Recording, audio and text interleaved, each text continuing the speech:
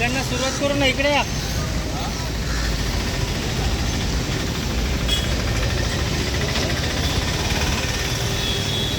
उमेश जा, हे बघ बघ ना.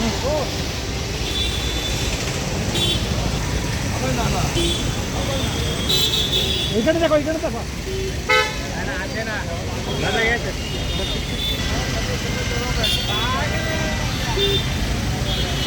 हॅलो, बोला. हो, कामात आहे, बोला ना.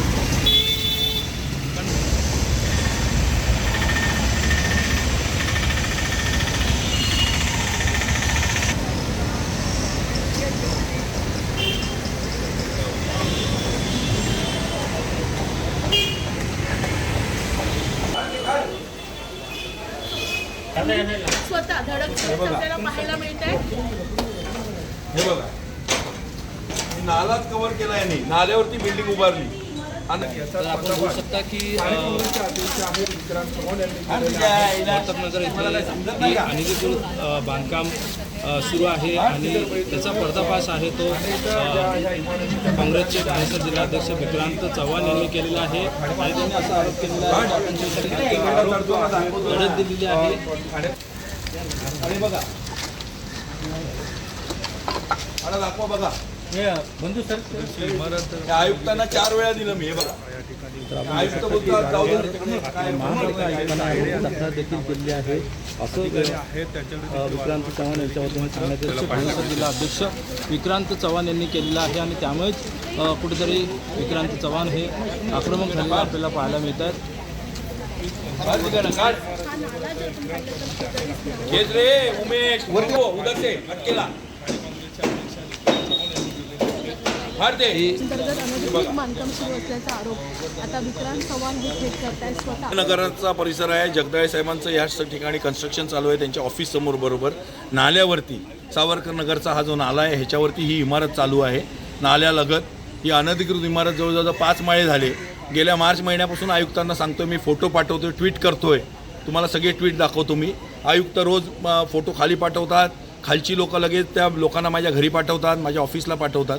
तर ही बेकदार ह्याच्याप्रमाणे ही इमारत चालू आहे. कोणते प्लॅन नाहीत. ही माफिया डॉन लोकांचं हे चालू आहे, दादागिरी करतायत.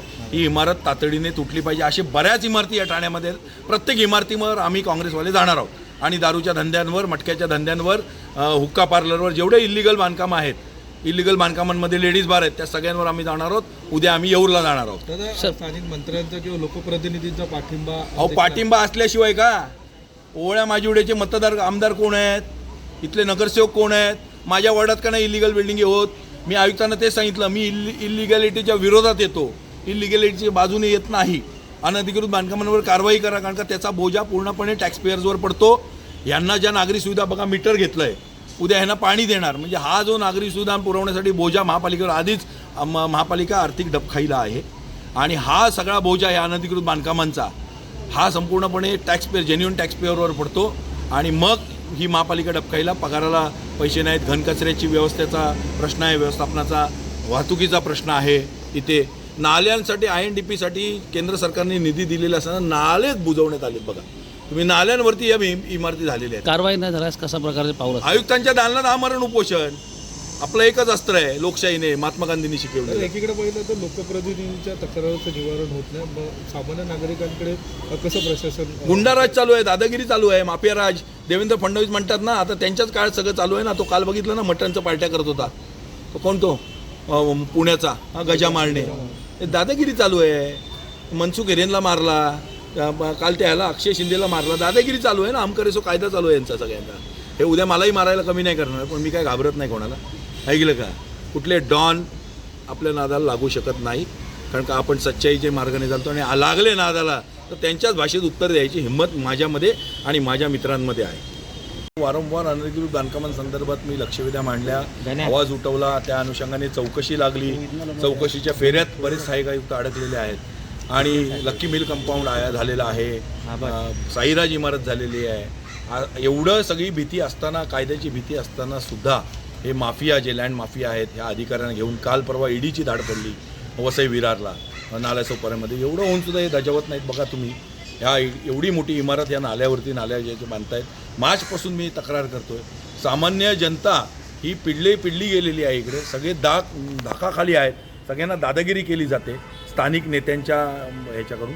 आणि एकीकडे ठाण्यात एवढे ग्रहण प्रश्न असताना, घनकचऱ्याची व्यवस्थापनाचा प्रश्न असताना, पाण्याचा प्रश्न असताना, वाहतूक कोंडीचा प्रश्न असताना, ह्या अनधिकृत इमारतींना जर नागरी सुविधा पुरवण्यासाठी तुम्ही जर उद्या पाणी देण्यासाठी, लाईट देण्यासाठी, आणखीन काय देण्यासाठी जर तुम्ही त्या खर्च करत असाल तर हा सामान्य जनतेवरती कुठेतरी अन्याय आहे. सामान्य जनता उपाशी आणि हे सगळे तुपाशी.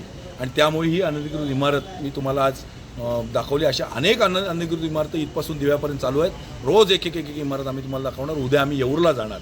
काल परवा आम्ही मटक्याच्या अड्ड्यावर केले. त्यामुळे जेवढे हुक्का पार्लर्स आहेत, अनधिकृत लेडीज बार आहेत, रमी क्लब्स आहेत, जिथे अनधिकृत बांधकामांमध्ये आहेत, तिथे आयुक्तांना आणि पोलीस आयुक्तांना माझं आव्हान आहे, एकत्रित संयुक्तिक कामगिरी करून कृपया हे तोडा, ह्याच्यावरती कारवाई करा. कारण शेवटी हे मुख्यमंत्री देवेंद्र फडणवीस यांनी घोषित केलेलं रामराज्य आहे असं त्यांचं म्हणणं जर असेल. रामराज्य आहे तर याच्यामध्ये हे जर चालत असेल तर हे कुठेतरी क्लेशकारक आहे, दुर्दैवी आहे आणि त्यामुळे हे कुठेतरी थांबलं पाहिजे. कोणाची इमारत काय कळलं का? आता त्याची CID इन्क्वायरी लागली तर समजेल कोणाचं आहे. ED इन्क्वायरी लावा. ED इन्क्वायरी लागली तर समजेल कोण भगवान आहे का रशीद आहे, अल्लाह आहे, बरेच येतात इथं दमदाटी करायला. तुमची नक्की मागणी का असणार आहे अशा ही इमारत तोडा, सगळ्या इमारती तोडा आणि इमारत जे बांधतात ते लँड माफिया त्यांना मोक्का लावा. त्यांना मदत करणाऱ्या अधिकाऱ्यांना पण मोक्का लावा. त्यांना मदत करणाऱ्या राजकीय पुढाऱ्यांना पण मोक्का लावा.